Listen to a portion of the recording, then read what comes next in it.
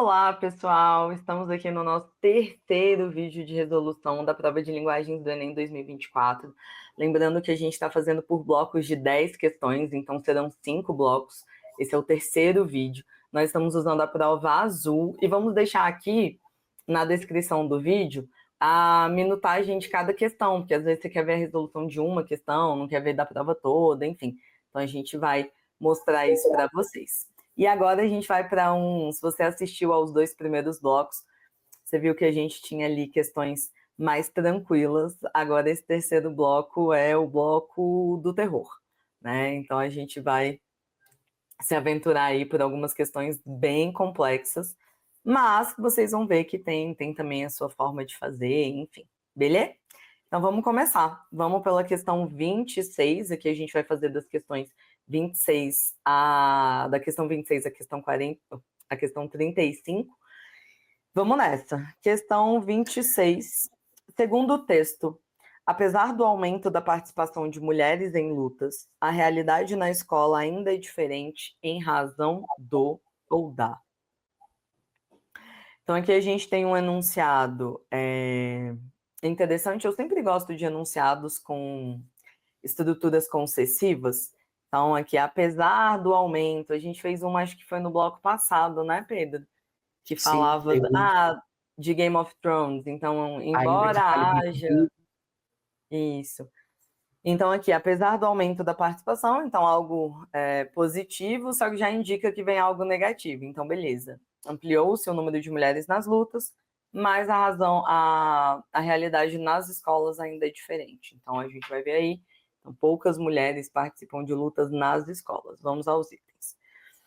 Esportivização desse conteúdo, o que já nos parece um pouco estranho, porque se a luta é esportivizada, ou seja, se ela se torna um esporte, ela poderia muito bem ampliar o número de mulheres nas escolas, porque aí vira uma coisa da educação física, enfim. Então é um item que já nos soa meio esquisito.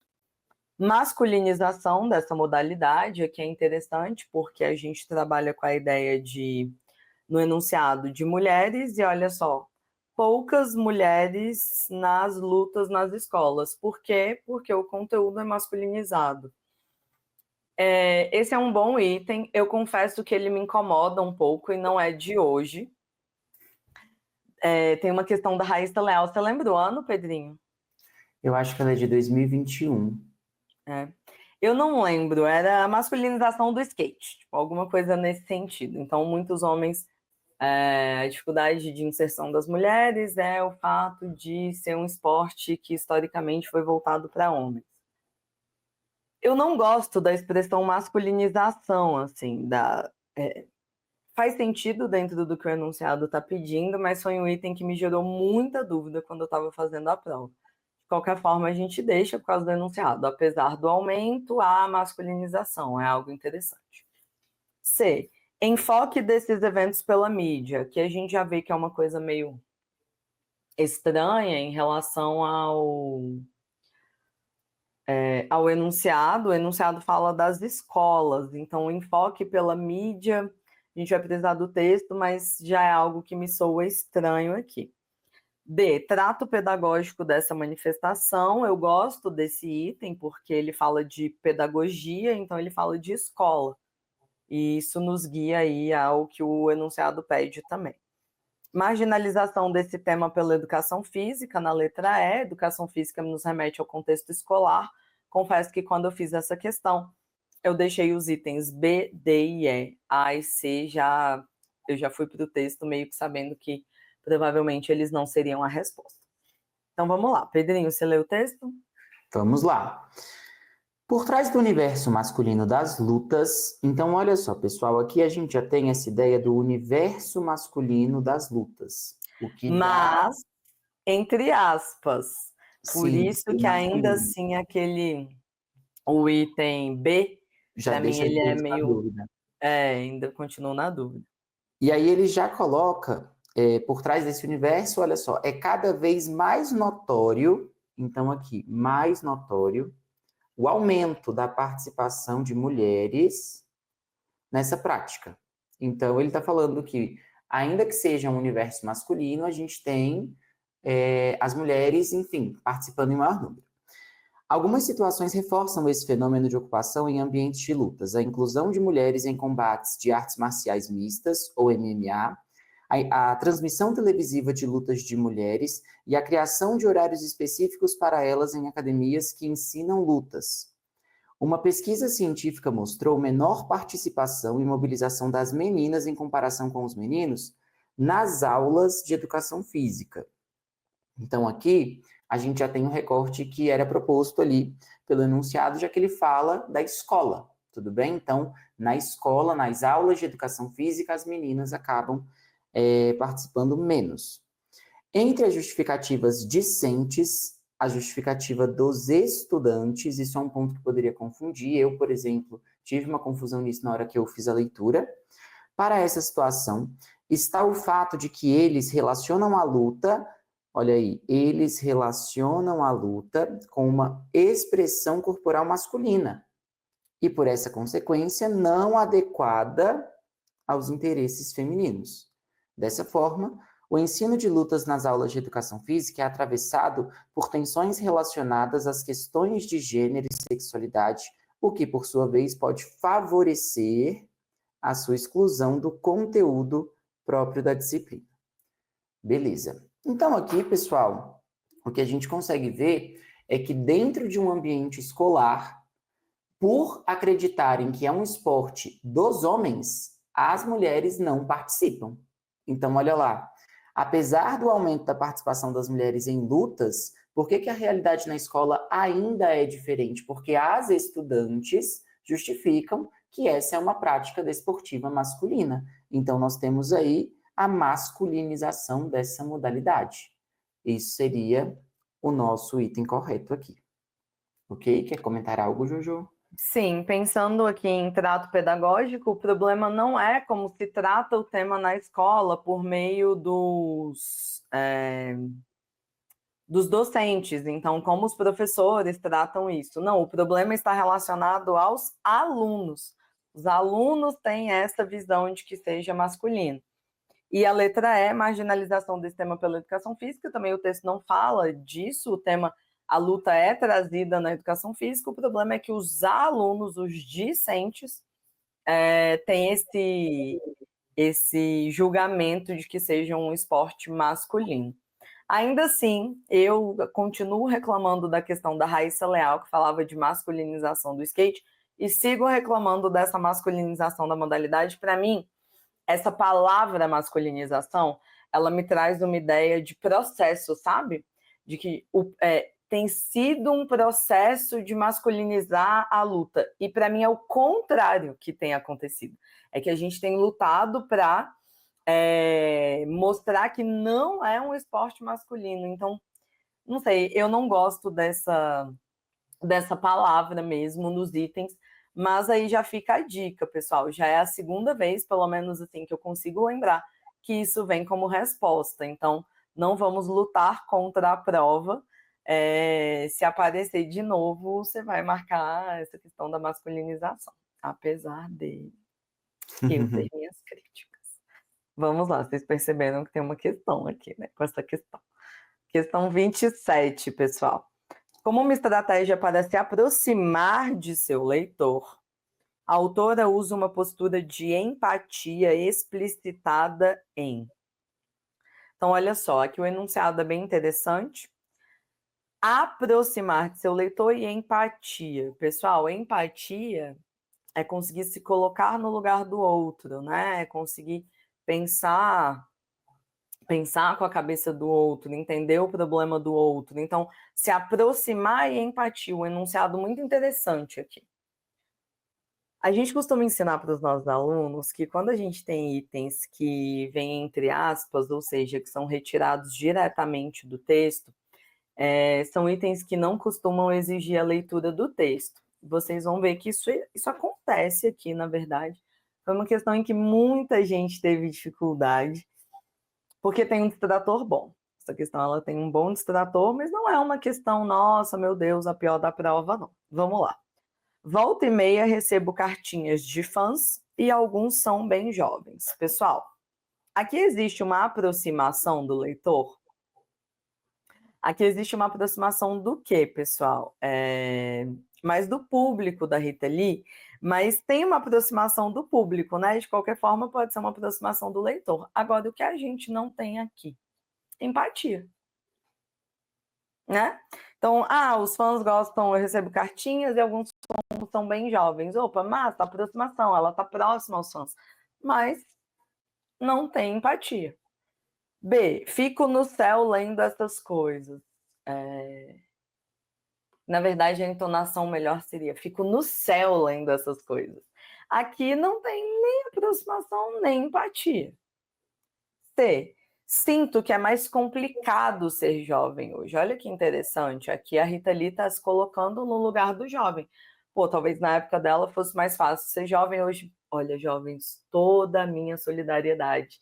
Realmente deve ser mais complicado ser jovem hoje. Então aqui a gente tem tanto aproximação quanto empatia. É um item muito bom. Vamos ver os outros.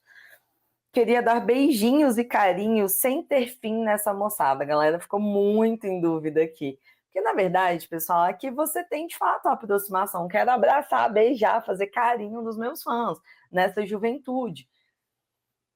Mas não é empatia, né? Se colocar no lugar deles, é ter carinho com eles, é se aproximar deles. Então, aqui não contempla as duas partes do enunciado. Letra D. Eu percebi, só para comentar uma coisa, Jojo, eu percebi nesse item do queria dar beijinhos e carinhos sem ter fim nessa moçada, não há empatia, mas a consequência dela, sabe? Por se colocar no lugar do jovem, ela quer ter esse cuidado com ele. Então, assim, primeiro eu preciso sentir uma coisa para que depois eu queira ter uma reação em relação a essa coisa. E aí, assim, muitos alunos depois vieram falar com a gente, mas é óbvio que vai ser a letra D, não tem como. E aí a gente traz essa visão, né? Não, a primeira ela sente que é difícil ser jovem e ela quer abraçar. Meu Deus, é muito difícil ser jovem nesse mundo, então deixa eu abraçar essa galera porque eles precisam desse cuidado que é meu. Então isso é muito mais uma consequência da empatia do que a empatia em si. Sim, total, perfeito. Confesso que na prova eu tinha ficado ali, nem li o texto, mas fiquei entre C e D, e depois falei, não, é só aquela insegurança que dá na hora da prova, né? Por isso que a gente gosta de fazer a prova também, se colocar no lugar de vocês. Eu leio essa questão hoje, eu fico tipo, gente, pelo amor de Deus, é óbvio que é C. Mas no dia eu fiquei tipo, ai Deus, mas ela quer dar beijinhos e carinhos, né? Claro que é empatia, mas agora, né, super mais fácil. Excelente ponderação, Pedrinho. Eu particularmente adoraria beijinhos e carinhos da Rita Lee. Meu Deus, super fã de Rita Lee, em memória, né? Vamos lá. Diria que não é sinal de saúde estar bem adaptado a uma sociedade doente. Aqui, nem aproximação, nem empatia, né, pessoal? Então, resposta letra C. Para mim, o maior aprendizado que vocês podem tirar dessa questão é justamente o fato de... olha o tamanho desse texto, pessoal, 3 parágrafos. Você não precisar ir ao texto. Então, sempre, às vezes, quando tem aspas, você vai precisar ir ao texto do mesmo jeito. Mas em algumas questões, muitas questões você não vai precisar disso. Essa é uma delas. Então, levem isso para a vida aí, beleza? Vamos lá, questão 28. Quer começar, Pedrinho? Sim, vou fazer aqui a leitura. Apesar de ser uma questão sobre o amor da minha vida. Não exatamente, né? Vai vir uma melhor dele. Que aí realmente é o amor da sua vida. Mas, hoje, quantos minutos, Jojo? Pouquíssimos para que ela falasse do amor da vida dela. É verdade, hoje demorou um pouco. Para apresentar a apropriação literária. Isso, pessoal, já é uma coisa que a gente marca nesse enunciado, porque ele vai se apropriar de um estilo, ok? Que faz da obra de Machado de Assis. O autor desse texto, então vamos às alternativas, aqui a gente vai, em alguma medida, demandar a leitura do texto. Vocês vão ver que não é uma questão tão simples assim. O autor desse texto relaciona aspectos centrais da obra original e então reafirma o ponto de vista adotado. Explica os pontos de vista de críticos da literatura, então ele faz um recorte de quem opina, e por fim, redimensiona esses pontos de vista, os redimensiona na discussão. Introduz elementos relevantes da história e, na sequência, apresenta motivos para refutá-los. Justifica as razões pelas quais adotou certa abordagem e, em seguida, reconsidera tal escolha. Ou então ele contextualiza o enredo de forma subjetiva e, na conclusão, explicita foco narrativo a ser assumido. Beleza. Questão aí com itens mais complexos, tá? Então, a gente tem duas partes que até vão exigir que a gente reconheça a progressão do texto. Primeiro ele faz uma coisa para que depois ele faça outra. Então, aqui realmente a gente vai ter de fazer essa leitura. Pessoal, só um comentário aqui, que é o seguinte. Apropriação literária. Então, a gente tem um autor que vai se apropriar da narrativa de outro. Então, aqui o Proença Filho, né, vai se apropriar de uma obra machadiana. Ele vai trazer para ele. Se eu me aproprio de algo, muito se fala em apropriação cultural, eu pego a vivência de outro, o texto de outro, enfim, qualquer coisa de outra pessoa, a terra de outro, e eu me aproprio, eu torno minha, eu pego para mim. Então, uma coisa que me chama a atenção aqui, na letra E, já é a forma subjetiva. Subjetivo é o eu, é o sujeito eu, trazer para mim. Então, isso é uma coisa interessante.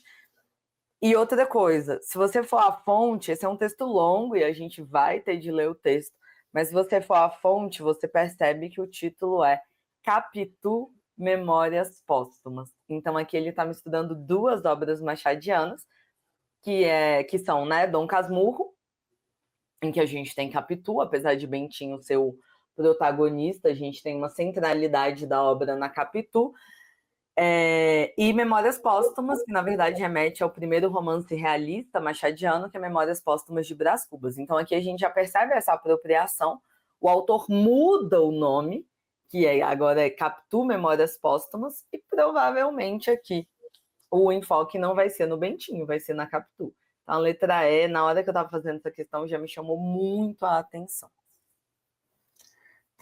Então vamos ler o texto, e aí a gente chega à resposta. Pessoal, primeiro que o título, ele já traz uma questão mais difícil, né? Se você não tem esse conhecimento, mas essa é uma expressão muito utilizada no direito, quando você meio que vai criticar alguma coisa, você fala, ó, com todo respeito, deixa eu falar aqui o que é o certo.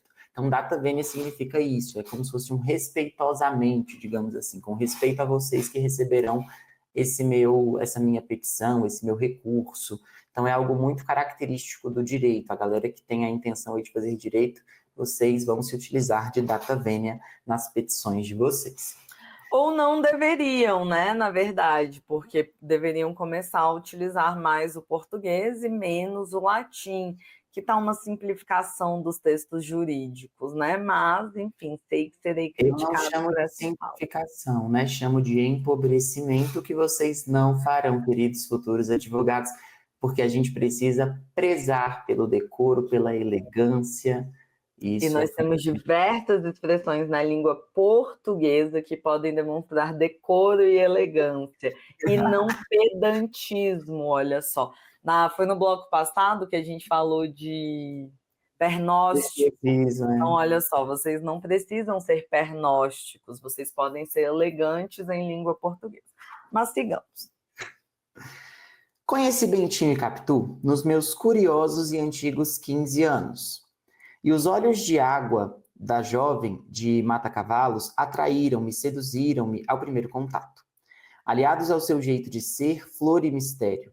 Mas tomou-me também a indignação diante do narrador e seu texto feito de acusação e vilipêndio, sem qualquer direito de defesa, sem acesso ao discurso usurpado sutilmente pela palavra autoritária do marido, algoz, em pele de cordeiro vitimado. Crudelíssimo e desumano. Não bastasse o que faz com a mulher, chega a desejar a morte do próprio filho e a festejá-la com um jantar, sem qualquer remorso. No fundo, uma pobre consciência dilacerada, um homem dividido, que busca encontrar-se na memória e acaba faltando-se a si mesmo. Retomei inúmeras vezes a triste história daquele amor em desencanto. familiarizei-me ao longo do tempo com a crítica do texto. Poucos, muito poucos, escapam das bem traçadas linhas do libelo condenatório. No mínimo, concedem a ré o beneplácito da dúvida. Convertem-na num enigma indecifrável, seu atributo consagrador. Eis que, diante de mais um retorno ao romance, veio a iluminação.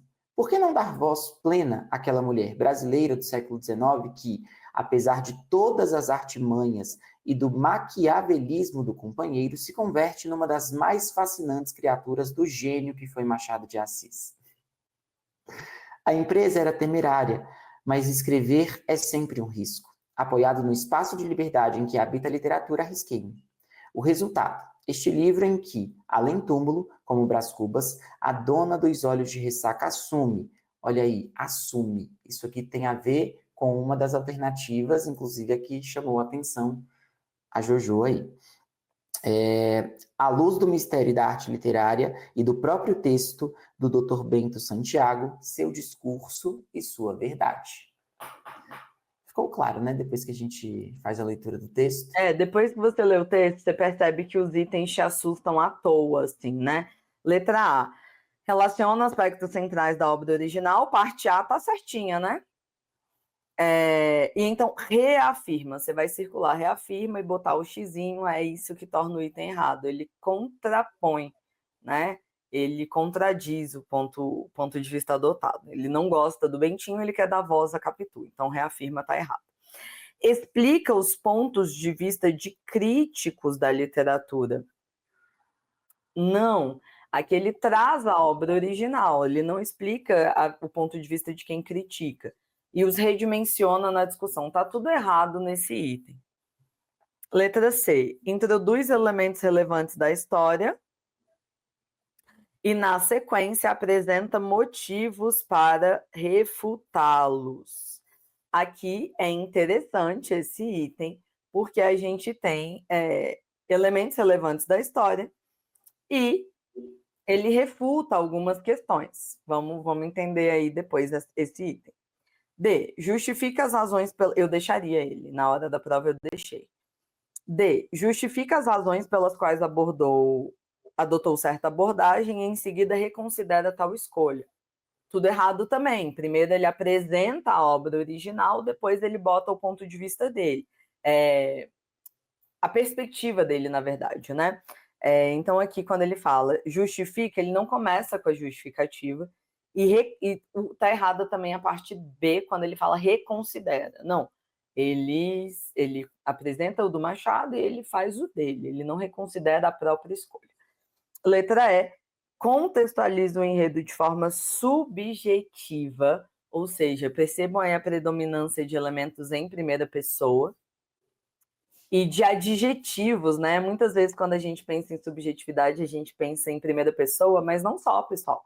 Olha o tanto de adjetivos, ele chama o Bentinho de maquiavélico, então são adjetivos que trazem muito a perspectiva do autor do texto, desse texto, né? Capitu Memórias Póstumas. E na conclusão, explicita o foco narrativo a ser assumido, como a gente já desconfiou pela leitura da fonte ali, que falava de Capitu. Quer comentar, Pedrinho, a C e a E? Então, olha só. Introduz elementos relevantes da história e, na sequência, apresenta motivos para refutá-los. Mas, pessoal, veja que ele não quer refutar o que aparecia na história.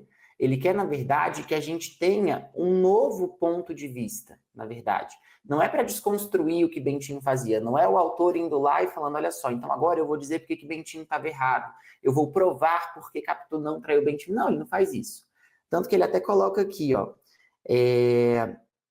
este livro em que a dona dos olhos de ressaca assume o seu discurso e a sua verdade. Então ele não está falando que ele vai refutar, que ele vai questionar, ele só vai dar voz a Capitu. E aí o problema está exatamente nesse ponto, né? Apresenta motivos para refutá-los. Não, ele só, na verdade, pega Capitu, transforma a Capitu na protagonista, porque, a meu ver, ela já era mesmo, sendo aí uma opinião completamente subjetiva, mas, a meu ver, ela já era, porque o livro só acontece por causa da Capitu. E depois, na letra E, olha aí, contextualiza o enredo de forma subjetiva, como a Jojo falou.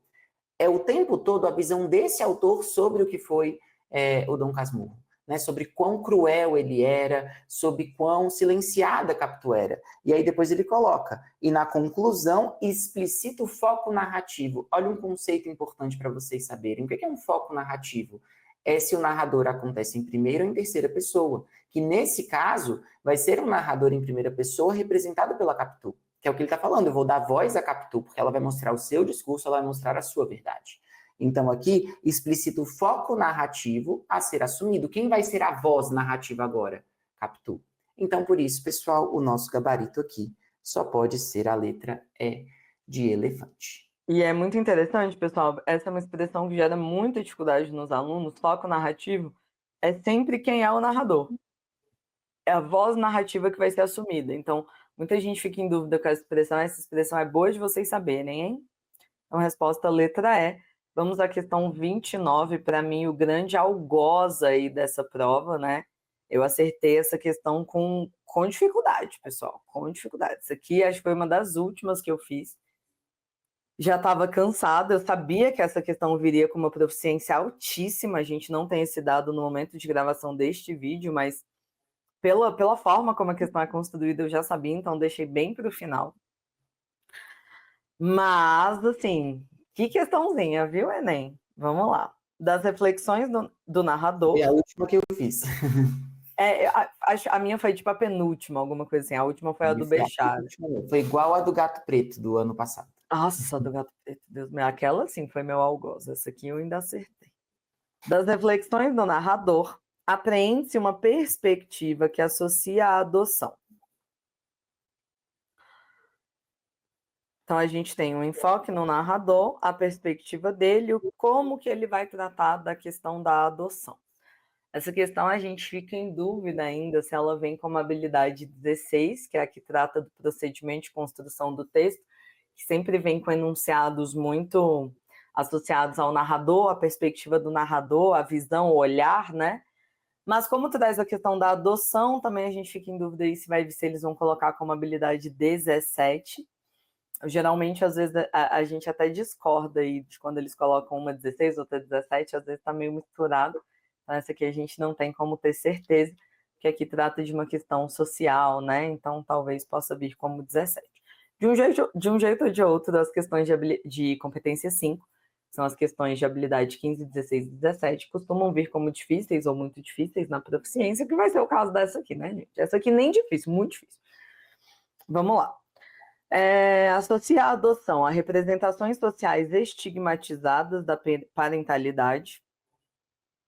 Você já percebe pelo primeiro item que vai ser uma questão difícil, vocabulário complexo.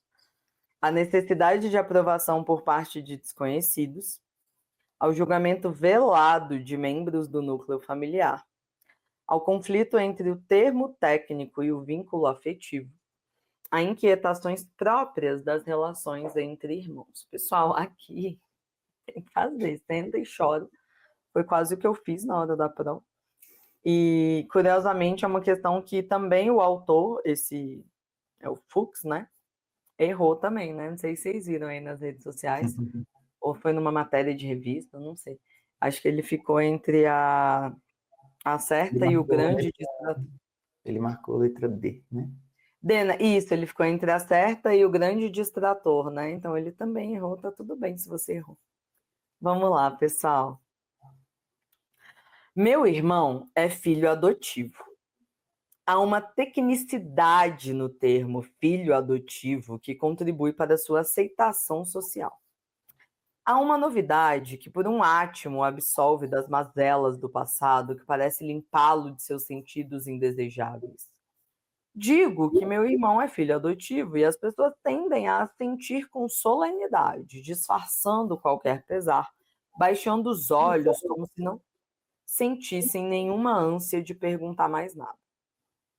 Talvez compartilhem da minha inquietude, talvez de fato se esqueçam do assunto no próximo gole ou na próxima garfada. Se a inquietude continua a reverberar em mim, é porque ouço a frase também de maneira parcial.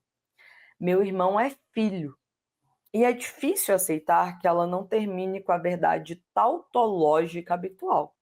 Meu irmão é filho dos meus pais. Estou entoando que meu irmão é filho e uma interrogação sempre me salta aos lábios. Filho de quem? Ai, gente, eu acho tão engraçado como quando a gente refaz a questão, a gente vê coisas que na hora poderiam ser tão mais simples.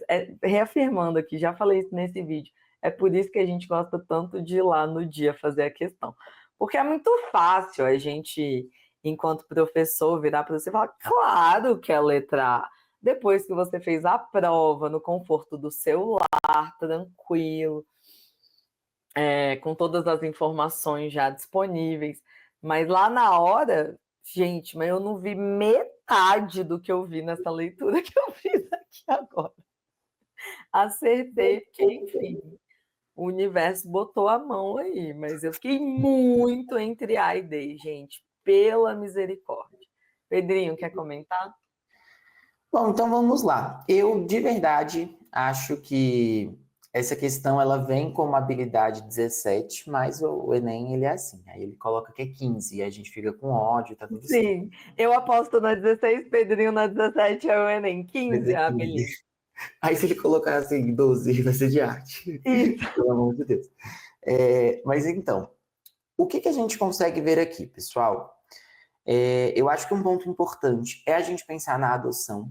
E aí eu vejo a adoção como um problema social a ser discutido dentro do texto, porque é como se as pessoas tivessem olhares distintos, né, para o filho biológico e para o filho adotivo. E o próprio menino, que é o narrador, ele fica com esse problema, mas ele não é meu irmão, porque ele não é filho dos meus pais. É muito difícil para mim, eu até fui marcando aí para vocês, quando ele coloca, ó, a inquietude continua a reverberar em mim, é porque ouço a frase também de maneira parcial. Meu irmão é filho. Aí lá no final, filho de quem? Porque não vem a resposta óbvia, ele é filho dos meus pais. Ele é filho de eu não sei quem, porque ele é um filho adotivo.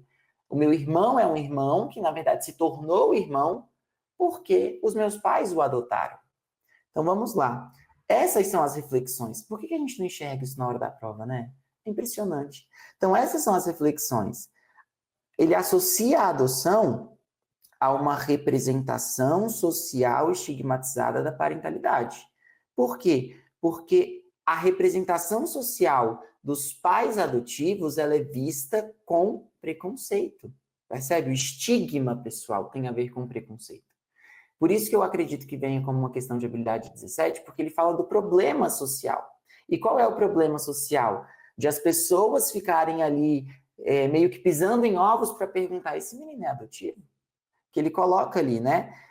Digo que meu irmão é filho adotivo e as pessoas tendem a assentir com solenidade, disfarçando qualquer pesar. Olha o olhar preconceituoso das pessoas. Vou até marcar isso aqui para vocês, ó. Disfarçando qualquer pesar. Então, o preconceito está meio que estrutural mesmo, sabe? Um preconceito contra aquela relação fraternal, essa relação entre os irmãos. Eu digo que ele é adotivo, as pessoas ficam, não, tá tudo bem. Mas, na verdade, existe um preconceito escondido, tudo bem? Baixando os olhos, olha só a reação das pessoas, como se não sentissem nenhuma ânsia de perguntar mais nada. Na verdade, a pessoa quer. Ah, mas ele é filho de quem? Onde ele foi achado? Claro que essas coisas são extrapolações da minha cabeça, mas o texto está dizendo isso pra gente. Então, as pessoas, quando recebem a informação de que o irmão é um irmão adotivo, porque os pais adotaram e agora ele se torna o irmão desse nosso narrador, as pessoas têm um olhar do preconceito. E aí, quando a gente vai para a letra D, ao conflito entre o termo técnico e o vínculo afetivo, mas veja que em momento nenhum o narrador fala dos sentimentos que ele tem pelo irmão. Ele não estabelece vínculo afetivo com esse irmão. As reflexões são sempre no questionamento que vai reforçar, que vai ilustrar esse preconceito que o menino também tem. Percebe? As pessoas de fora, quando ele fala que ele é um filho adotivo, quando ele fala que o irmão dele é um filho adotivo, ficam com esse preconceito e ele também fica, porque ele queria receber qual resposta imediata? Ele é filho dos meus pais, mas na verdade ele é filho adotivo, então ele é filho de quem? Ele não é filho dos meus pais. E eu também tenho esse olhar do preconceito contra o meu irmão. Na verdade, essa é a grande reflexão e que a gente só consegue ver depois realmente da prova. Sim. E aí, pessoal, letra B, né? Necessidade de aprovação por parte de desconhecidos. Ele não fala disso, ele fala da representação estigmatizada, mesmo que os desconhecidos tenham em relação ao irmão. E é uma perspectiva com a qual ele meio que concorda, né? Ele não tem essa visão muito. Ele tem uma visão negativa da adoção também, dá para perceber pelo texto. Eu lembro que isso me deu um bug na hora, assim. Eu falei, cara, ele tá falando mal do irmão dele, né? irmão? E ao julgamento velado de membros do núcleo familiar, que é um pouco de extrapolação, né, Pedrinho? Sim. Não é do núcleo familiar. E a letra E, inquietações próprias das relações entre irmãos. Não, ele nem vê direito o irmão como irmão, porque o irmão é adotivo. Então, aqui realmente o grande problema da questão. Problematizado pela questão, na verdade, é a visão pejorativa, negativa, estigmatizada que a sociedade tem da parentalidade, da adoção. Porque, tipo, pai e mãe são são os pais biológicos, né? Mas aqui a gente percebe que não. Então, o autor está fazendo meio que uma crítica mesmo a essa estigmatização da parentalidade. Né? E aí, pessoal, só para comentar uma outra coisa que me fez anulá-la foi o fato de que os irmãos não têm relação. A gente não tem a visão do irmão adotivo, né, do filho adotivo. A gente tem a visão do narrador, personagem o tempo todo. Então, eu não posso dizer que existe uma relação entre eles, porque essa relação não é construída dentro do texto. Ok? Bom, depois disso tudo, vamos agora para a nossa próxima questão. Pessoal, eu não lembro em qual bloco, se foi no 1 ou no 2, mas eu falei para vocês que o Antônio Prata é um dos maiores cronistas do Brasil e que ele cai com frequência no Enem. Temos aqui mais um texto dele. Bloco 2. Então, isso. Então, 2 textos na mesma prova. Beleza? Vamos lá. No que diz respeito à arte, o posicionamento de Antônio Prata no texto 2 aproxima-se da tese de Graciliano Ramos no texto 1, uma vez que ambos. Aqui a gente tem uma questão, né, de comparação entre textos. Uma questão, a gente já comentou isso antes, que costuma vir como questão difícil, costuma vir como uma proficiência alta. Essa aqui eu nem considero das piores, não. Tem uma questão interessante, que é quando ele pede a diferença entre os textos, às vezes você não precisa ler os dois, porque o que tem um... se você lê um e não tem aquele ponto abordado no enunciado, você não precisa ler o outro, né? A depender da questão, mas aí elas vêm mais fáceis. Aqui, quando ele fala ambos, você já sabe que você vai precisar ler os dois, porque tem que ser o que tem nos dois. Então, a gente vai ter que ler os dois, tá?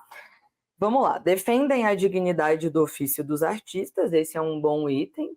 Graciliano Ramos e Antônio Prata, ambos são artistas, então a dignidade do trabalho do artista é um bom item. B. Concluem que a arte reforça crenças pessoais. Eu não vejo esse item com bons olhos. Aqui é muito centrado na arte para a própria pessoa, para o próprio artista, e a visão que o Enem costuma trazer de arte é uma visão mais ampla, mais diversa. Então, aqui já me chama a atenção, não acho que esse vai ser o item correto, eu pensei isso na hora da prova. Letra C. Apresentam a pobreza como inspiração para a arte.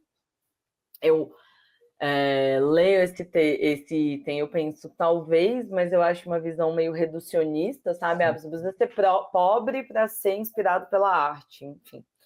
Não gosto muito, mas não consigo eliminá-lo. Letra D. Afirma o necessário caráter desestabilizador da arte. Pessoal, para além do Antônio Prata e do Graciliano Ramos, são 2 autores que eu conheço bastante. Inclusive, estou com uma blusinha da Baleia, de Vidas Secas, nem foi proposital. Do Graciliano, né?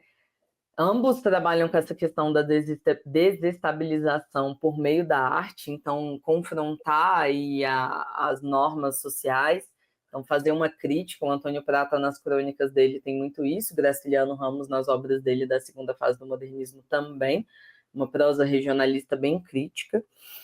Também, segunda questão de Graciliano Ramos nessa prova, né? TV de São Bernardo e agora essa. O Enem traz muito essa visão de arte, arte que incomoda, arte que não vem para ser bela, para ser agradável, é arte que vem para ser crítica. Então, esse item me chamou muito a atenção lá na hora da prova. Então, por enquanto, eu estou aí, né? Fiquei lá na prova entre A e D, e aí vou ter que ler os textos. Vamos para E. Atestam que há mudanças significativas na produção artística. É um item que eu também não consigo eliminar, mas com itens como A e D, eu deixo E só para conferir mesmo com a leitura do texto. Quer ler um, Pedrinho? Faço a leitura do primeiro aí. Bom, então vejamos. A 13 de fevereiro de 1946, Graciliano Ramos escreve uma carta a Cândido Portinari, relembrando uma visita que lhe fizera quando tivera a ocasião de apreciar algumas telas da série Retirantes. Diz o escritor alagoano: Caríssimo Portinari, a sua carta chegou muito atrasada e receio que esta resposta já não o ache fixando na tela a nossa pobre gente da roça. Não há trabalho mais digno, penso eu. Dizem que somos pessimistas e exibimos deformações, contudo, as deformações e essa miséria existem fora da arte e são cultivadas pelos que nos censuram. Dos quadros que você me mostrou quando almocei no Cosme Velho pela última vez, o que mais me comoveu foi aquela mãe com a criança morta. Saí de casa com um pensamento horrível. Numa sociedade sem classes e sem miséria, seria possível fazer-se aquilo? Numa vida tranquila e feliz, que espécie de arte surgiria? Chego a pensar que teríamos cromos, anjinhos cor-de-rosa, e isto me horroriza. Graciliano. Gente, eu quero comentar uma coisa que já meio que anuncia essa nossa resposta. Porque, veja, Graciliano Ramos vai, né, Jojo até ficou felizinha ali quando ela viu Cosme Velho, porque, enfim, não sei se vocês sabem, mas Machado de Assis é o bruxo do Cosme Velho. Depois ela pode contar a vocês o motivo pelo qual ele recebe este nome. Mas veja que quando ele vai almoçar, e depois ele sai da casa do Cândido Portinari, ele sai desestabilizado. Ele sai em uma reflexão, olha o que ele coloca, com um pensamento horrível, um pensamento desajustado ali. Se a gente não tivesse classe, será que as pessoas iam sofrer dessa forma? E será que a arte representaria essas coisas tão graves, tão complexas, as misérias, as mazelas sociais? Então veja que nesse ponto a gente já encontra a desestabilização. E é interessante porque nesse texto a gente fala da dignidade do trabalho do artista também. Mas veja que o foco da reflexão dele, a tese de Graciliano Ramos, olha o que o nosso enunciado coloca. Qual que é a tese dele? Será que em um mundo sem essas coisas todas, a arte seria da mesma forma? O questionamento, o ponto de vista dele, a gente já entende que é negativa essa visão. Né? Que se não tivesse a miséria, não teria essa arte que representa, que desestabiliza. Então aqui a gente já começa a tender a uma determinada resposta. Quando eu fiz a leitura do primeiro texto, eu meio que já matei, mas obviamente eu fui para o segundo porque eu precisava encontrar o ponto de aproximação, porque poderia ser que a gente chegasse ao texto 2 e o Antônio Prata não tivesse falado nada disso, e a gente ia ficar, meu Deus, essa questão é impossível. Então agora vamos observar o que o Antônio Prata fala para que assim a gente consiga cravar a resposta. Vamos lá. História de Ninar, adultos. Houve um tempo, tão perto e ó, tão longe, em que a arte era um holofote na unha encravada, não um campeonato de melhores esmaltes. Raskolnikov matava velhinhas. Eu amo esse livro. A família de Gregor Samsa o assassinava a maçãzadas. Memórias Póstumas de Brás Cubas, de Machado de Assis, é o retrato mais perfeito de tudo que tem de pior na sociedade brasileira. Uma sequência tristemente hilária de ações moralmente condenáveis, atitudes pusilânimes, cálculos mesquinhos e maus passos cretinos. A literatura, o cinema e o teatro vêm se transformando num exercício de lacração. O mal está sempre no outro, os protagonistas são Iron Man, women da virtude. A pessoa sai da leitura da sessão não com a guarda baixada, certezas abaladas, mais próxima da verdade, ou a falta de uma palavra melhor, da sinceridade. Sai com suas certezas reforçadas. A realidade é confusa, contraditória, muitas vezes incompreensível.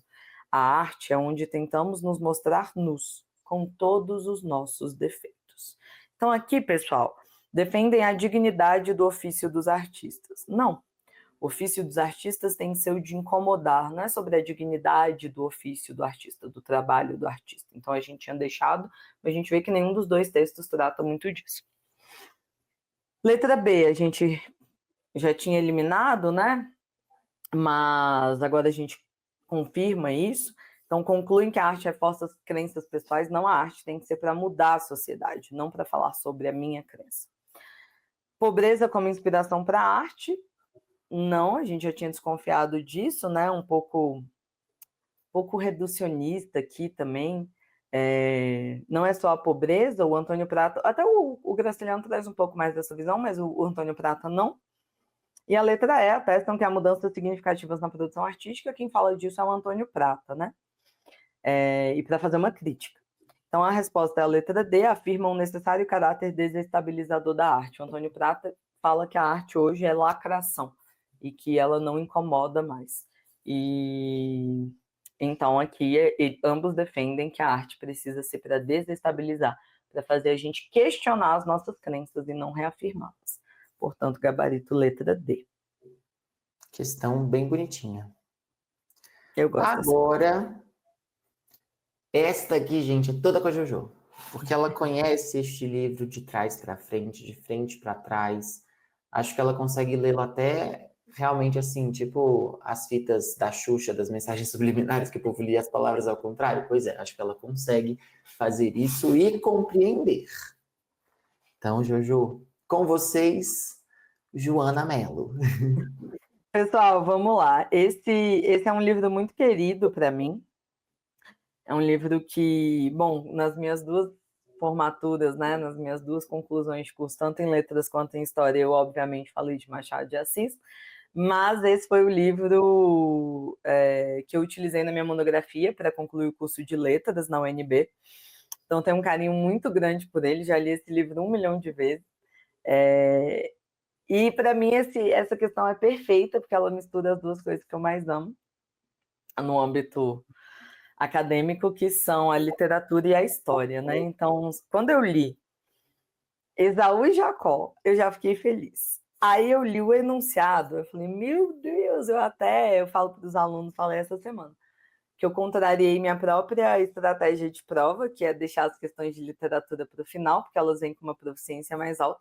Eu não consegui. Eu li que era esse livro, eu li que era Machado de Assis, eu li o enunciado e falei, não, preciso fazer essa questão agora, eu juro, eu não consegui. Olha, eu até me emociono, eu juro, gente, eu sou muito emocionada com Machado de Assis. Vamos lá.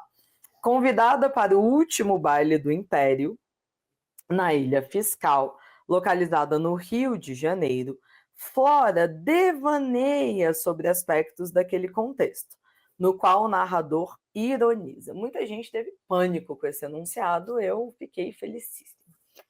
Vamos lá, pessoal. Aqui a gente tem uma questão histórica. Vamos pensar o seguinte: esse livro, Esaú e Jacó, eu sempre falo para os meus alunos que gostam de resolver questão utilizando a fonte. Aqui a gente tem na fonte 1974. Pelo amor de Deus, Machado de Assis morreu em 1908. E então esse livro não é de 74, ok? Aqui é a edição que foi utilizada, né? Esse livro é um livro de 1904, pessoal. Apesar disso, de ter sido publicado em 1904, ele trata da transição do Império para a República. Ou seja, ele está ali pouco antes de 15 de novembro de 1889, que foi a proclamação da República. Então, ele pega essa transição. E nesse livro, Machado de Assis vai tratar de Flora, a protagonista vai ser a Flora. E quem é a Flora? A Flora é uma menina que não vai conseguir decidir. Ela se apaixona por dois irmãos gêmeos que brigam desde a barriga da mãe, Pedro e Paulo. Quando eles crescem, né? Um vai ser monarquista e o outro republicano. E Flora se apaixona pelos gêmeos, pelos dois, e ora ela prefere Pedro, ora ela prefere Paulo. E ela não consegue decidir. Esse foi justamente o tema do meu TCC, que era sobre a indecidibilidade em Esaú e Jacó. Por quê, pessoal? E não é indecisão, é indecidibilidade mesmo. Eu usei esse termo de propósito no meu TCC. É um processo, sabe? Porque, na verdade, Flora representa o povo brasileiro da época. E Pedro e Paulo, em sendo um monarquista e outro republicano, representam o povo brasileiro. A República não foi um consenso, pessoal. Inclusive, o próprio Machado de Assis não era lá um republicano ferrenho. Ai, Jojo, Machado de Assis era monarquista. Gente, uma coisa é ser monarquista no final do século XIX, né? A outra é ser em 2024. Mas, então, são questões diferentes. A gente não pode olhar com um olhar anacrônico, com o olhar da visão que a gente tem de sistemas políticos hoje. De qualquer forma, Machado traz essa visão. E o que acontece? Flora morre. Flora morre por não... É doido isso. É aquela visão da época mesmo de loucura. A pessoa morre de quê? Loucura. Flora morre de loucura. E ela enlouquece por não conseguir decidir. Então, o povo brasileiro não conseguia decidir. Mas Flora é uma jovem burguesa, uma jovem que cumpria o papel da jovem burguesa do século XIX. Tocar piano, estudar francês, escolher com quem se casaria, a qual baile iria. Flora é uma jovem, assim como Machado tanto criticava em suas obras, completamente alienada em relação ao que estava acontecendo à época. Jojo, entende? E aí, o que acontece? O último baile do Império, esse ficou conhecido, pessoal, como o último baile da Ilha Fiscal. Os bailes da Ilha Fiscal eram o puro glamour do Império. A burguesia, os monarquistas, o próprio imperador Dom Pedro II promovia esses bailes na Ilha Fiscal do Rio. É uma ilhazinha mesmo, ali no Rio de Janeiro, bem próxima à capital. E eles iam para esses bailes, e era uma pompa, e um tanto de... Eu coloquei no nosso Instagram o cardápio do último baile da Ilha Fiscal, uma profusão de camarões e espumantes, enfim. Tudo, claro, à custa do povo brasileiro. E aí, pessoal, o que acontece? O último baile é conhecido historicamente como a cereja do bolo. O estopim ali, o fim mesmo, foi o último suspiro da monarquia brasileira. E essa galera estava felicíssima. Os registros historiográficos mostram que na manhã seguinte ao último baile da Ilha Fiscal, havia roupas íntimas jogadas ali para fora do grande salão. A galera ficou doidona e aproveitou como nunca. Vocês já foram a uma despedida? De alguma coisa, pode ser de um emprego, pode ser uma despedida de solteiro, de solteira. Geralmente as pessoas ficam doidas, ensandecidas, porque dá aquela ideia do último, né? E aqui foi o último baile, o último suspiro de Dom Pedro. Até os registros mostram que Dom Pedro não ficou tanto, já estava mais velho, enfim, mas a galera da burguesia ficou, aproveitou como nunca antes. Então aqui, você tendo todo esse conhecimento sobre o livro e sobre o contexto histórico, você responderia a essa questão de uma forma, assim, tranquilíssima. Uma coisa que eu quero ressaltar, pessoal, esse baile, ele aconteceu 6 ou 9 dias antes da proclamação. Eu não lembro se ele foi dia 6 ou se ele foi dia 9, mas ele foi realmente muito próximo à proclamação da República. Então tem esse tom de o último mesmo da despedida, sabe? E a questão da República já era conhecida, né? Realmente o Império, depois da abolição da escravatura, em 13 de maio de 1888, o Império sobreviveu ali por mais 1 ano e meio a trancos e barrancos, né? A gente costuma falar na história que a abolição da escravatura foi a quebra do último pilar que sustentava o Império. Então já era conhecido por todo mundo esse fim da monarquia aí. Vamos lá, promessa de esperança com o futuro regime. Não havia aqui, pessoal. Eles estão comemorando ainda a monarquia, eles não têm esperança com o futuro regime. B. Alienação da elite em relação ao fim da monarquia. Acabou, né? Exatamente isso. Alienação da elite, alienação da burguesia é algo que Machado criticava muito. Em relação ao fim da monarquia, justamente esse livro se passa ali na transição da monarquia para a república. E o último baile da Ilha Fiscal foi a representação do fim da monarquia. Então está absolutamente tudo certo nesse item. C. Perspectiva de contemplação distanciada da capital. Aqui a gente não consegue extrair nada desse item sem a leitura do texto. Animosidade entre população e membros da nobreza. Pessoal, aqui é um conflito, né? Uma visão ruim da população para com os membros da nobreza, mas isso não, sem ler o texto, você não percebe no texto, mas você não vai perceber isso. Fantasia de amor e de casamento da mulher burguesa. Sem ler o texto, você pensa, sim, claro! Mas aqui não tem nada a ver isso com o contexto do livro. Então, a resposta letra B, justamente por tudo isso que eu expliquei para vocês. Mas é claro, ainda correndo o risco de me delongar demais, eu vou ler esse trecho para vocês, porque o enunciado fala em um narrador ironiza, e eu foco muito nisso com os meus alunos. Eu brinco com eles, eles ficam me imitando, que vem ironia no enunciado. Não é, inclusive, olha que interessante, não é a primeira vez que se cobre ironia machadiana no Enem, obviamente. Mas não é a primeira vez que o Enem cobra ironia machadiana em Esaú Jacó. Tem uma questão de 2022, que é a questão da Bárbara, da vidente, e da mãe dos gêmeos Pedro e Paulo, que eu comentei com vocês. Que ela sobe o morro do castelo, porque os meninos brigam no ventre e ela quer entender. Enfim, e aí se cobra exatamente isso, ironia em Esaú e Jacó. Então, eu vou ler esse trecho para vocês, porque eu costumo brincar com meus alunos que quando há ironia, eles não percebem porque eles leem assim. Ao contrário do que eu dito atrás, falando, não se abolicionar, ele considerei mal e não é tempo de aborrecer. Assim você nunca vai perceber uma ironia. A ironia depende da entonação, além do contexto, né? Então, o contexto te ajudaria, contexto Machado de Assis, já você sabe que tem ironia. Mas a entonação te ajudaria.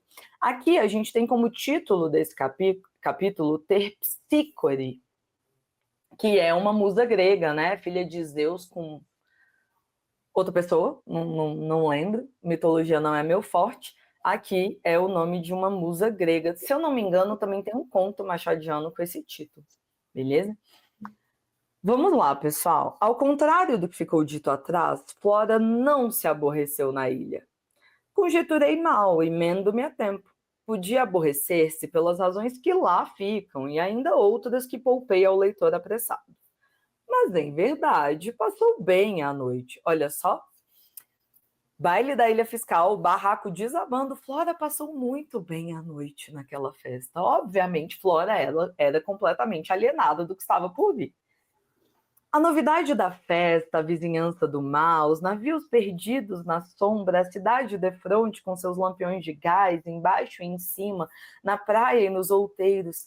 Eis aí aspectos novos que a encantaram durante aquelas horas rápidas. Olha só, Flora está lá na ilha e fica encantada com as horas que passou naquela festinha, aquela festinha que veio a ser o fim da monarquia. Não lhe faltavam pares, nem conversação, nem alegria alheia e própria. Toda ela compartia da felicidade dos outros. Não só ela estava alienada, aquele povo todo estava alienado. Aquele povo, entendam, burgueses. Via, ouvia, sorria, esquecia-se do resto para se meter consigo. Ó, ela se volta para si. Historicamente, o barraco desabando e Flora voltada para si. Também invejava a princesa imperial que viria a ser imperatriz um dia. Pessoal, O império ia acabar dali a menos de 10 dias, e Flora está admirando a princesa Isabel, pensando que ela seria imperatriz um dia. Alienação. Com o absoluto poder de se despedir ministros e damas, visitas e requerentes, e ficar só no mais recôndito do paço, fartando-se de contemplação ou de música. Era assim que Flora definia o ofício de governar. Pessoal, a menina está defendendo o ofício de governar como o poder de despedir ministros, visitas, fartando-se de música. Alienação. Tais ideias passavam e tornavam. De uma vez alguém lhe disse, como para lhe dar força, toda alma livre é imperatriz. Pessoal, não haverá imperatriz. Acabou. Princesa Isabel vai dali para nada, vai se tornar nada, vai se tornar lembrança, ok? Então, obviamente, a resposta é a letra B de bola, e o nosso narrador, que é o nome desse narrador é Conselheiro Aires, um diplomata aposentado. Perdão, ele está ironizando a completa alienação de Flora. Beleza? E Flora, obviamente, como é uma representação da burguesia carioca da época. Linda, né? Gente, eu fiquei emocionado com essa resolução. Tá? Eu aprendi várias coisas aqui, queridos. Literatura não é muito o meu apreço, mas com essa explicação a gente gosta até de literatura, não é mesmo? Não é? Olha só, meus alunos falam muito isso, hein? Desafio vocês a serem meus alunos. Vamos lá? Bom, vamos lá. Chegamos às questões finais, né? Temos aí até a 35, certo, Juju? Isso, faltam 4. Nosso novo bloco. Então vamos lá. Mais uma questão que envolve literatura, tá? Mais uma questão que vai, obviamente, exigir uma leitura mais atenta do texto. Prometo que essa aqui não vai exigir tantos contextos históricos e tal. Então, vejamos. Nesse trecho, o drama do declínio físico da narradora transmite uma sensibilidade lírica centrada. Gente, eu quero comentar esse enunciado porque é um enunciado muito padrão da prova do Enem. Só que eles trouxeram dessa vez uma palavra diferente. Eles falaram em sensibilidade lírica. Se você pega as provas anteriores, era muito comum que houvesse aí a palavra expressividade. Eu acho que esse é um recorde de questionamento que a gente recebe. O que é expressividade? O que é expressividade? Explica o que é expressividade. O povo não sabe o que é expressividade. Mas, gente, é só você pensar, expressividade, expressão, sentimento. Aqui ele facilitou a nossa vida, porque ele falou de algo sensível, sensibilidade lírica, ok? Então tem a ver com esse sentimento que está centrado. Essa palavra aparece muito. É uma perspectiva centrada em quê? É uma sensibilidade centrada em quê? É uma expressividade centrada em quê? Então isso é muito comum dentro da prova do Enem. Então vamos lá, centrada na necessidade de fazer adaptações na casa, a atmosfera de afeto fortalecido pelo convívio, condição de dependência de outras pessoas, determinação de manter a regularidade da rotina ou uma aceitação das restrições de mobilidade da personagem. X. Eu tenho uma ponderação aqui. Acredito que essa questão provavelmente virá como habilidade 16, que traz essa expressividade, né? Essa demonstração de sentimento. E, pessoal, só existe um item aqui que fala de sentimento, que é o item B, que fala de afeto. Né? Então, a expressividade lírica, a sensibilidade lírica, centrada no afeto. Isso quando eu li o enunciado, falei, habilidade 16. Aí, adaptação na casa, dependência, rotina, restrição de mobilidade. Não, nada disso é sobre expressão de sentimento. Eu já deixei aqui, ó, a letrinha B bem bonitinha, marcadinha. Fui ao texto e só confirmei a minha resposta. Mas aqui, pessoal, O que me fez não marcar direto foi a parte do drama do declínio físico, porque como talvez fosse necessário que alguma coisa acontecesse no ambiente para que ela, enfim, pudesse... Porque declínio físico, eu já pensei, ela deve talvez ter se tornado cadeirante, alguma coisa nesse caminho. E aí por isso eu fui para as outras, porque ele fala muito dessa adaptação, sabe? Assim, de depender de outras pessoas, e aí o sentimento dela talvez vir disso, esse drama vir É, disso.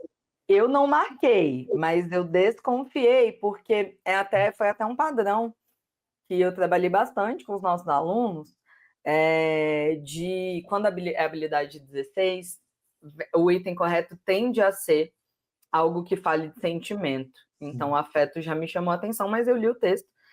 Pessoal, esse texto é de um livro chamado Amora, se eu não me engano, de uma autora gaúcha, não tenho certeza.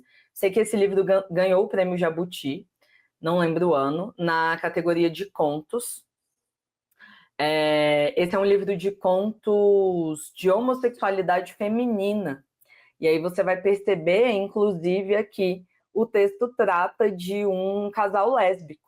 E aí muita gente teve essa sensação na hora da prova, mas depois achou que não, enfim, mas a título de curiosidade para vocês, de fato é uma obra que trata de casais lésbicos.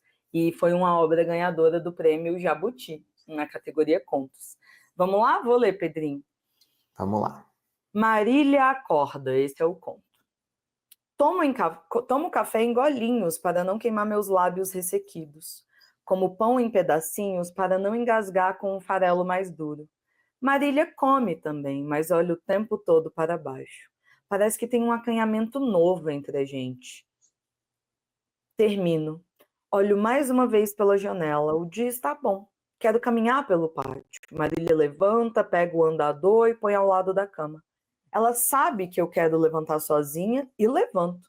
O lance de escadas, apesar de pequeno, ainda me causa problemas, mas não quero um elevador na casa e não vou tolerar descer uma rampa de cadeira de rodas. Marília abre a porta e saímos para amanhã. O dia está mais fresco do que eu imaginava. Ela pega uma manta de tricô que temos desde não sei quando e põe sobre as minhas costas. Ela aperta meus ombros com muita força, porque mesmo depois de todos esses anos, não descobriu a medida certa do carinho. Eu gosto, porque entendo que naquele ato, naquela força, está o nosso carinho. Aí acabou a questão, né? Acabou. Porque aí não descobriu a medida certa do carinho, naquele ato, naquela força, está o nosso carinho. Atmosfera de afeto, e aí, ó, fortalecido naquela força está o carinho. Então, afeto, força, afeto fortalecido. Gente, gabarito letra B de bola. Ok? Agora, gente, uma questão Eu vou deixar essa para vocês. bem legal, tá? Porque essa é uma habilidade, e se não vier como essa, eu também irei às ruas protestar, mas é o que a gente conhece como habilidade 21. Eu sou, apesar de professor de linguagens, uma pessoa que gosta muito das ciências da natureza. Então, assim, regra de 3 é uma coisa que me faz feliz. E quando eu percebi que dava para a gente trazer a regra de 3 para a prova de linguagens, eu o fiz. Então, eu coloquei isso tanto na habilidade 20 quanto na habilidade 21, porque são 3 partes. Vai faltar uma, a gente descobre o resultado, tá? Então, nesse aspecto, é isso que vocês precisam meio que raciocinar aqui. Então, olha só, nesse cartaz, a expressão "vou deixar que você se vá", em conjunto com elementos não verbais utilizados, tem a finalidade de... Gente, essas questões de habilidade 21, elas costumam trazer o seguinte: verbal, não verbal, mudança de comportamento. Verbal, não verbal, mudança de comportamento. Então, nesse aspecto, quando a gente vai para os itens, olha só o que nós temos. Incentivar o descarte de itens defeituosos, promover a reciclagem de produtos usados, garantir a conservação de roupas de inverno, relacionar o gesto de doação à ideia do desapego, e comparar a peça de roupa ao sentimento de despedida. Aqui não foi uma das mais óbvias de habilidade 21, mas quando você vai ao cartaz, porque geralmente, pessoal, você não precisa nem ler o cartaz, tá? A gente depois vai trazer mais conteúdos aqui, e aí a gente mostra para vocês um padrãozinho dessas questões de habilidade 21. Mas aqui a gente tem, vou deixar que você se vá, isso está escrito ali, e ele quer que a gente olhe para essa expressão. E aí, no restante do cartaz, nós temos deixe suas roupas aquecerem quem mais precisa, campanha do agasalho, doe roupas, calçados, corredores em bom estado. Sua doação ajuda muita gente. Então, aqui a gente já consegue anular, por exemplo, a letra A, porque ela fala de itens defeituosos, certo? Então, eu preciso fazer a doação de coisas em bom estado. Diga, E também o descarte, né? Porque descartar dá a ideia de que não vai ser utilizado mais. E aqui a ideia de doação, não de descartar. Ah, essa blusa aqui tá velha, vou jogar fora. Isso é descartar. Então, tanto o descarte quanto itens defeituosos está errado aqui nessa questão. Sim. Nesse. Promover a reciclagem de produtos usados. Gente, mas é do agasalho. Você não vai reciclar um agasalho, pelo amor de Deus. Então, aqui também não pensaríamos, porque o item usado é uma roupa, né? Não é sei lá, um papel que você usou e vai reciclar. Garantir a conservação de roupas de inverno. Foi com Deus esse aqui, né? Ele quer que a gente faça a doação. E aí, veja, olha o comportamento aparecendo aqui. Relacionar o gesto de doação. Quando eu olhei isso, gesto de doação, eu já fui para a minha regrinha de 3. Verbal, não verbal, mudança de comportamento. Então, ele fala aí, porque lá também não fala só de mudança, tá? Fala também de criação. Criação é mudar ou criar comportamentos e hábitos. Então, quando ele fala relacionar o gesto de doação à ideia de desapego, eu vou passar a ser desapegado, eu vou mudar o meu comportamento. Eu me apego às coisas, quando eu dou, eu mudei meu comportamento. Então, aqui, gente, gabarito letra D. Essa é a típica questão que me faz chorar dentro da prova do Enem. Tanto essa como aquela do bloco anterior que a gente falou de habilidade 20. Se você não viu, volte aí no vídeo, no vídeo do bloco 2, porque lá a gente tinha isso da identidade, patrimônio, memória, enfim. Aqui tá lindo, bonitinho, falou em gesto, que é comportamento, falou em incentivar essa ideia de desapego, mudou o comportamento da pessoa, gabarito letra D. Tá? E só para a gente anular a letra E, comparar a peça de roupa ao sentimento de despedida, campanha do agasalho. Ele não quer mostrar que você vai se despedir, nem fala, né, desse sentimento de despedida no cartaz. Então, de fato, gabarito letra D de dado. Eu confesso que lá na hora da prova, eu entendi que era habilidade 21, mas eu esperava uma mais óbvia, assim. Eu lembro que já no nervosismo mesmo da prova, né, eu tirei A, B e C, mas eu fiquei, meu Deus. Eu achei a E tão bonita, né? bonitinha, porque ela traz a mesma coisa da D, não a mesma coisa, mas no sentido de 2 elementos. Então, tipo, gesto de doação e desapego, peça de roupa e despedida. Aí tem peça de roupa, tem despedida, tem desapego, tem doação. Fiquei um pouco em dúvida lá no nervosismo da hora da prova, mas de fato não tem como ser outra resposta, então gabarito letra D de dado. Vamos para a nossa penúltima questão do bloco, pessoal, questão 34. De acordo com esse texto, o aplicativo Linklado contribuiu para... Eu já falei, né, em blocos anteriores, eu detesto enunciado assim. Muito simples, muito pequeno, não me dá muita coisa para trabalhar. Você viu o tanto de coisa que eu consegui extrair do enunciado de Esaú e Jacó? Só do enunciado. Aí me vem um enunciado desse, eu fico tipo, não. Vamos lá.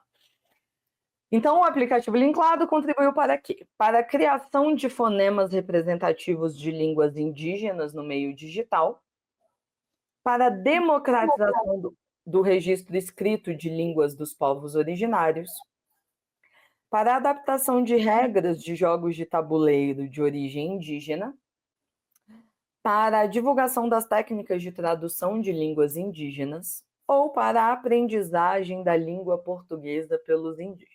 Pessoal, vamos lá. Eu já sei o que o Pedrinho quer comentar da democratização, mas deixa eu fazer umas ponderações antes.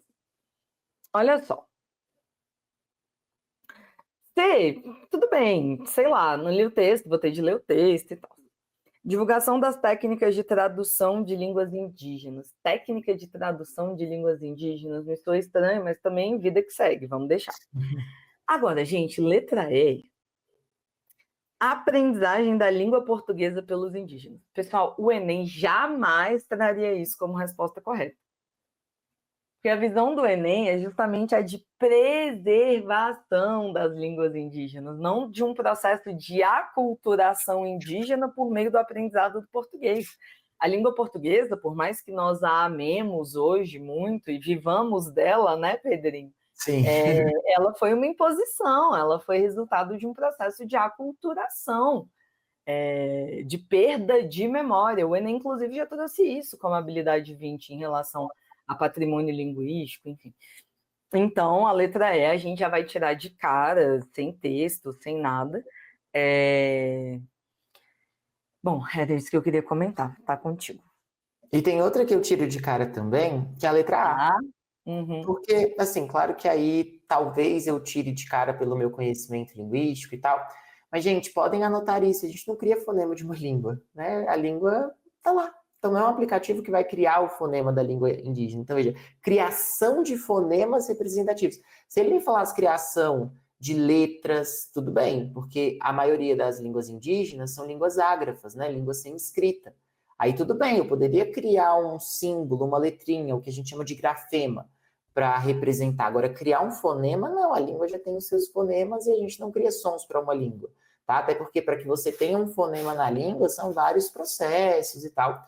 Então, quando vocês virem isso, criação de fonema, já desconfia, porque é muito difícil que a gente crie um fonema a partir de um aplicativo, porque, enfim, eu preciso entender do aparelho fonador daqueles falantes, né? Se eles conseguem articular aquele fonema. Então, será que uma máquina vai criar um fonema sem levar em consideração o modo como as pessoas articulam esses sons? Então, a letra A eu também já fiz o meu xizinho de cara.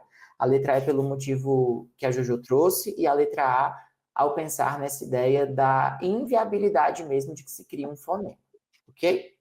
Agora as outras a gente vai ter de ler. Apesar de, por ser uma questão de tecnologia, eu já ter ficado ali na hora da prova, porque é uma palavra muito boa para as questões de competência 9 em geral, pessoal, e a gente acredita que essa questão venha como competência 9, né, função de uma determinada... Eu até vou chutar já a habilidade, mas a habilidade 28 é a que eu penso que vai vir aqui, porque é a função, a contribuição, o impacto de uma determinada tecnologia na sociedade. E aí é muito comum que a resposta venha como democratização de alguma coisa, tá? Democratização do acesso à informação, democratização de uma determinada ferramenta, enfim. Então pode ser que isso aconteça. Vamos ao texto, e aí a gente chega à nossa resposta. Teclado amazônico. Gente, o título, eu falo isso para basicamente todos os vídeos, né? Título é quase um presente quando a questão é de literatura. Afinal, vocês viram aí que os títulos de literatura não eram tão esclarecedores. Mas veja, para que serve um teclado, gente? Para que nós registremos. Então, aqui estou diante do meu computador gravando esta aula ao teclado, por meio do qual eu posso escrever palavras, eu posso fazer registros, tá? Então, sigamos. Em novembro de 2023, uma professora indígena recebeu uma missão: verter as regras de um jogo de tabuleiro infantil. Olha que peguinha difícil, né? Porque ele já trouxe aí o jogo de tabuleiro, tinha jogo de tabuleiro lá. Então vamos entender. Do português para o tucano, sua língua nativa. Com 20 anos de experiência como professora de línguas em Taracuá, no Amazonas, ela já se dedicava à tradução havia tempos. O trabalho ficou mais fácil graças a um aplicativo lançado no ano anterior. Olha aí, o aplicativo contribuindo para uma determinada atividade. Com o link lado em seu computador, ela traduziu as 7 páginas das instruções do jogo em 2 dias. Sem esse recurso, a tarefa seria bem mais trabalhosa. Antes dele, diz a professora, as transcrições de línguas indígenas exigiam o esforço quase manual de produzir diacríticos, acentos gráficos. Olha o que eu acabei de falar para vocês naquela letra A. Não é a criação de fonemas, é a criação de símbolos, de grafemas, para que a gente consiga representar o som da língua indígena.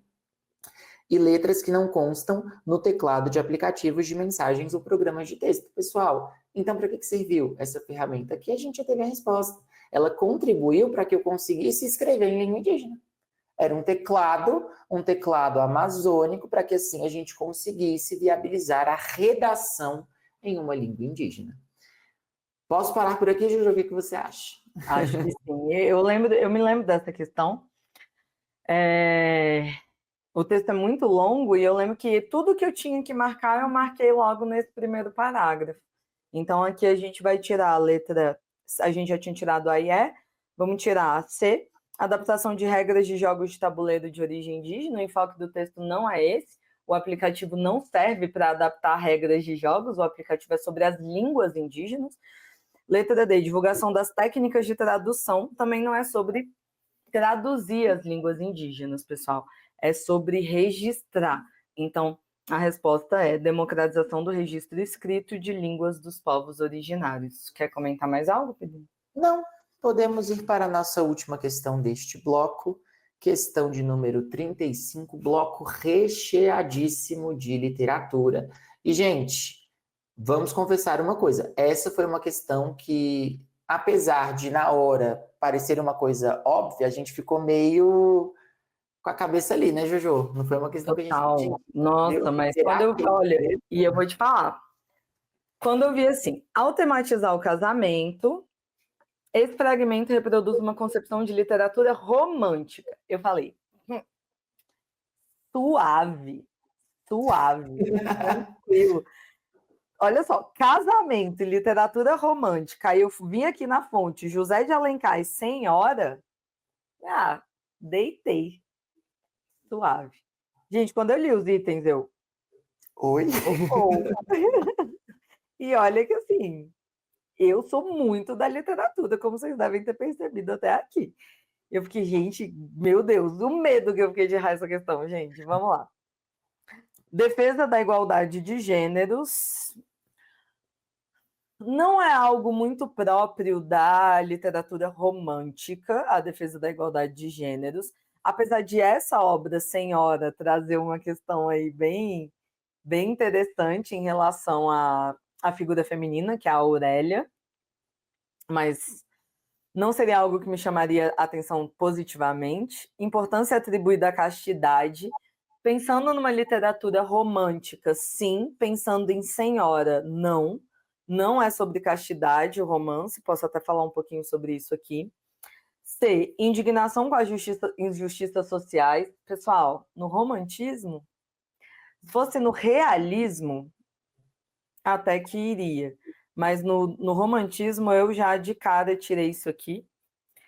D. Interferência da riqueza sobre o amor. Eu pensei, não sei se isso é tão a cara do romantismo, mas isso é muito a cara de Senhora. Então, eu deixei esse item. E letra E. Valorização das relações interpessoais. Fala-se no enunciado em casamento. No item E, fala-se em relação interpessoal. Romantismo fala muito de casamento, de relação interpessoal, mocinha, mocinho. Pensei, uai, talvez, né? Então, vejam, o enunciado não me ajudou muito, saber muito sobre romantismo não me ajudou muito, já ter lido esse livro não me ajudou muito. É uma questão com enunciado chato, ruim, né? Pequeno, vocês já sabem que eu odeio enunciado curto. Os itens são muito curtos e muito amplos, assim, não gostei muito também. E aí tive de ir ao texto e bem ao texto, viu, gente? Essa aqui exigiu uma leitura, assim, atenta do texto. Uma coisa que eu pensei, olha, eu me metendo na literatura agora, mas uma coisa que eu pensei, que eu me lembro da época da escola e da faculdade... A última vez que você estudou romantismo, né, na escola. Gente, eu confesso a vocês que na faculdade dediquei-me 100% à análise sintática e à morfológica, porque eu amava.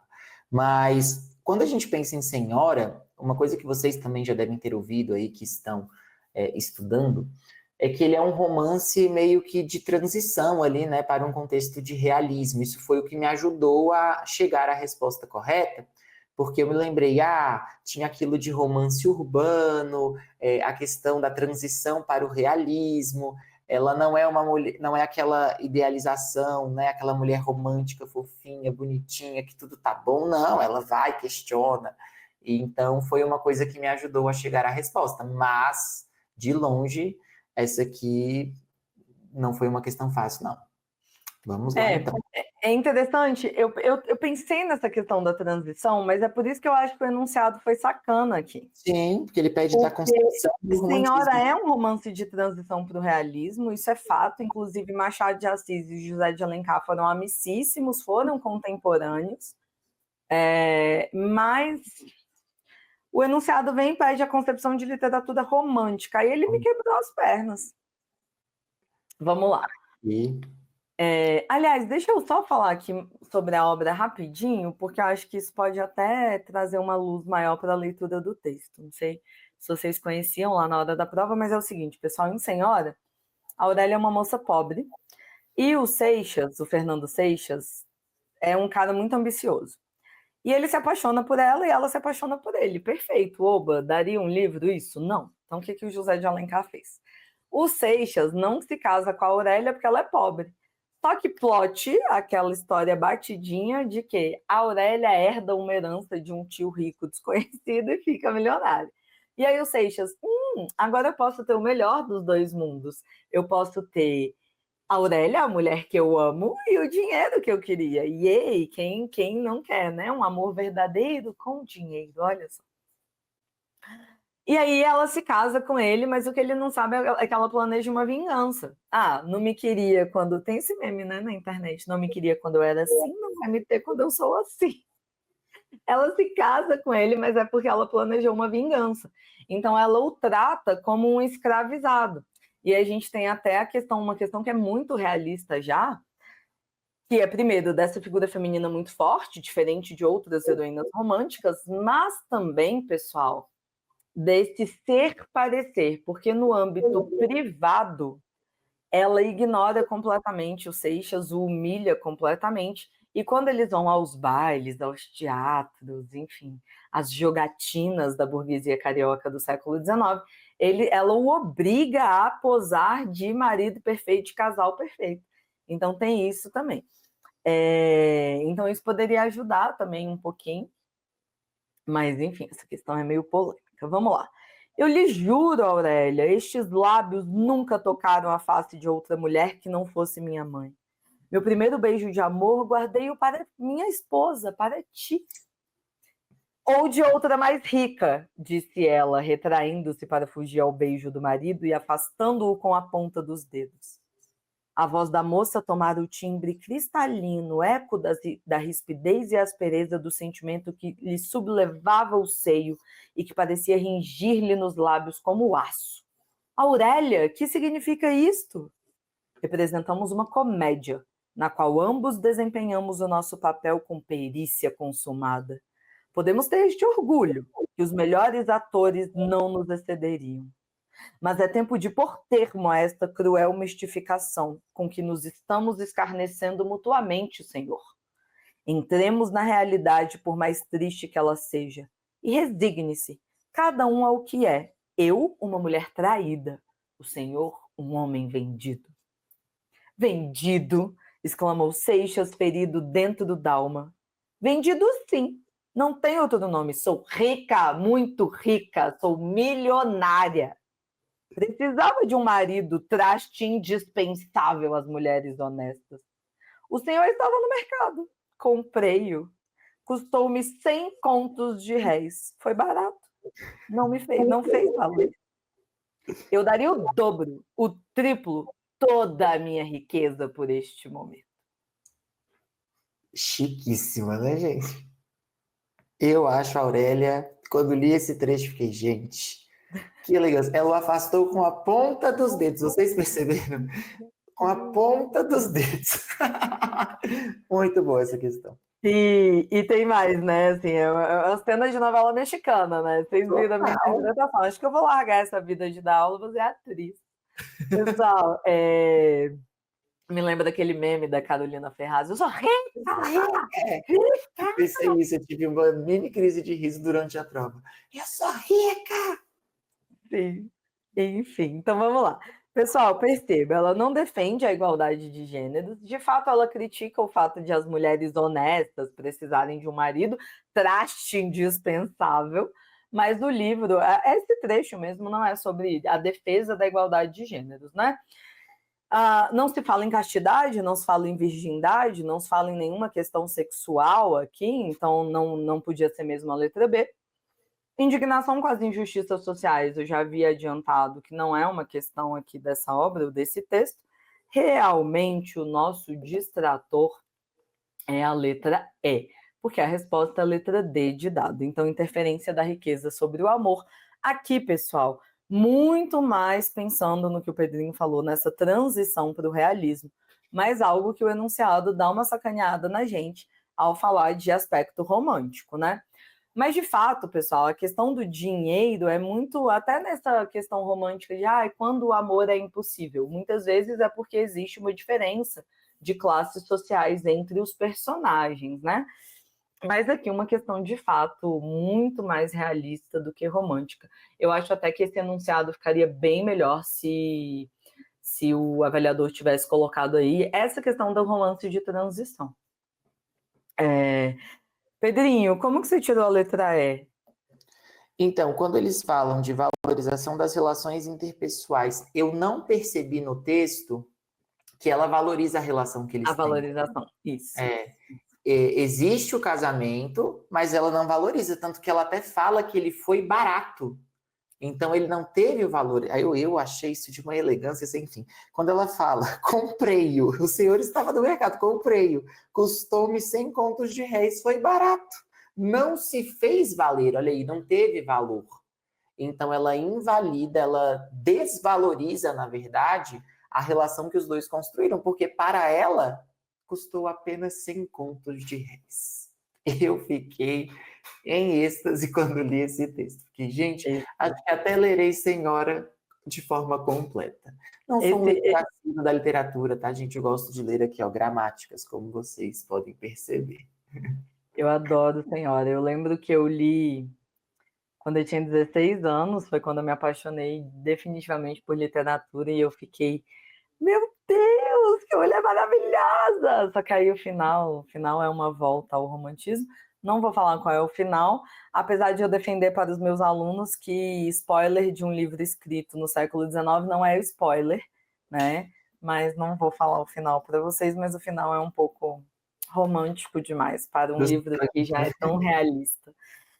Pessoal, então realmente a gente não tem valorização aqui, ela desvaloriza e ela até fala, né, que ela precisava dele. Então não é porque era uma relação interpessoal almejada, desejada por ela. Ela precisava dele porque a sociedade impunha isso, né? Então, assim nós finalizamos nosso terceiro bloco, já resolvemos 30 questões do Enem 2024 em linguagens. Faltam mais 2 blocos. No bloco 4 voltaremos com a resolução das últimas 10 questões em língua portuguesa.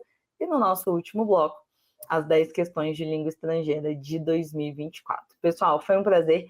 Não se esqueçam de se inscrever aqui no canal e de seguir a gente no Instagram, @questãodetexto. E para que vocês fiquem atentos a todos os vídeos do canal também, ative o sininho, porque aí você recebe as notificações do YouTube do Questão de Texto com muitos conteúdos que vão salvar a sua prova de linguagens e que vão melhorar muito os seus estudos em língua portuguesa. Um beijo, até a próxima. Tchau, tchau. Tchau, tchau, pessoal.